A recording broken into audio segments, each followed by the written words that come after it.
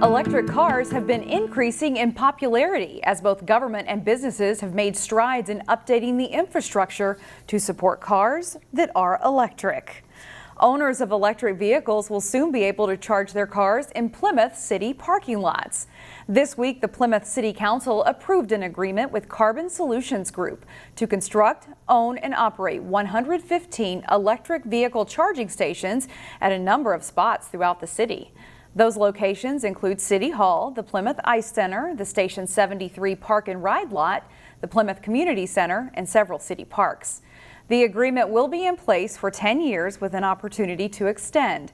Plymouth will receive $32,000 annually for the first 5 years of the agreement and $45,000 a year beginning in year 6. The total cost savings to the city over the next 10 years will amount to $2.4 million. I think it's a good way to bring people to the city and to utilize and be part of all the events that we do at all the parks. I think when we have an event at the Northwest Greenway, knowing that they have an available charging station might make it a reason for them to say, I want to go to that event. Plymouth will also receive 3 electric vehicles at little cost to be used for replacing older vehicles within the city's fleet. Maple Grove made strides this year to support electric cars. They installed 4 new electric vehicle charging stations at the Maple Grove Transit Station. Customers using the stations can use their credit card for service. Adding the new charging stations was part of a larger project to revamp the Maple Grove Transit Station so the building can better coordinate the many different travel options that commuters now use, which includes ride-sharing services, transit, and biking. And in Golden Valley, the city added an electric vehicle charging station at City Hall, and they plan to add another one at Brookview. It was part of their Green Step Cities program that launched several sustainable improvements this year in and around the city campus. This included solar arrays, LED lighting, and a pollinator garden. The city also has a 10-year energy action plan to try to help eliminate greenhouse gas emissions. After a year without D.A.R.E, the program is now back in class. And this time, Maple Grove's D.A.R.E officers have a new way to stay visible in the community outside of the classroom, too. Reporter Nina Bupasavan has the story.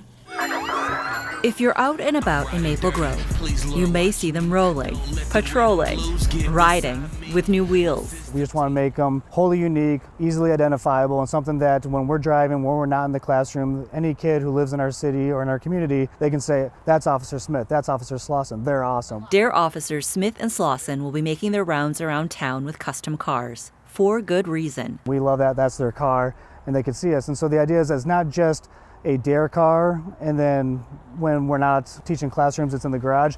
We can patrol in it, we can write tickets, we can help out on accidents and help out people in the communities. Right now, we would drive a regular police car and they're not going to know us from anybody else, where in this car, they'll be able to tell the difference between me and as well as Officer Smith, so his car will be a little bit different. And while riding in style is a bonus, they know the strong connection starts in the classroom. It's really building, we like to build community with our kids and within our school, and it's really been a big community builder, and the kids get to know an officer on a personal level. So that's one of the reasons that we like it. At Elm Creek Elementary, kids are learning so much more than just say no to drugs. When you are doing things more than this is your brain on drugs in the frying pan from back in the 80s, right?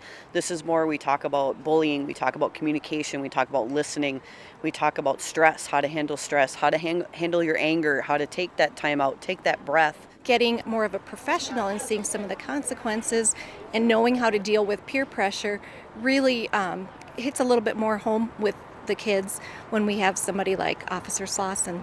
A consequence of something you did. Care that makes a difference. That kind of risk behavior. Everywhere they go. Nina Bupasavan, CCX News. The Organization of Liberians in Minnesota is a step closer to expanding a community center space in Brooklyn Park. This has been a dream of our community, and as we're growing, we're expanding. We want to expand both in size and needs and services. The organization says it has more people who need services than it has space. It's currently trying to purchase additional space in this office building on 78th Avenue, that's off of Brooklyn Boulevard. OLM offers before and after school tutoring, programming for elders, and workforce services. We are the trusted messenger for our community, because we know what the challenges are, because we live through those challenges. And all we are saying, we can make it better for ourselves. We have to come together as a community and go forward. The group is trying to raise $56,000 for a down payment. They've set up a GoFundMe page to help reach their goal. We've linked to that one on our website. And it is official, there are less than 90 days until Christmas. We need an army. We need an army of people to come help pick a kettle, do some bell ringing. That's how we pay for all of the services that we provide to the community, the food, shelter, and care. The Salvation Army will put out 350 kettles around the Twin Cities for 6 weeks, and that translates into 50,000 volunteer hours to man all of the kettle shifts from mid-November until December 24th. The Salvation Army wants you to know that if you see a kettle out and you're not carrying cash, you can still give. On the kettle sign itself, we've got a QR code on your phone. Open up your camera, simply hold it up to the QR code. Up will pop a donate page where you can put in whatever dollar amount you want.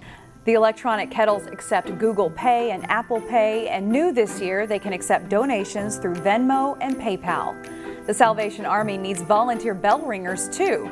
So if you want to pick a particular kettle location and time, you can sign up online. We'll have links to the Salvation Army's bell ringing sign up page on our website.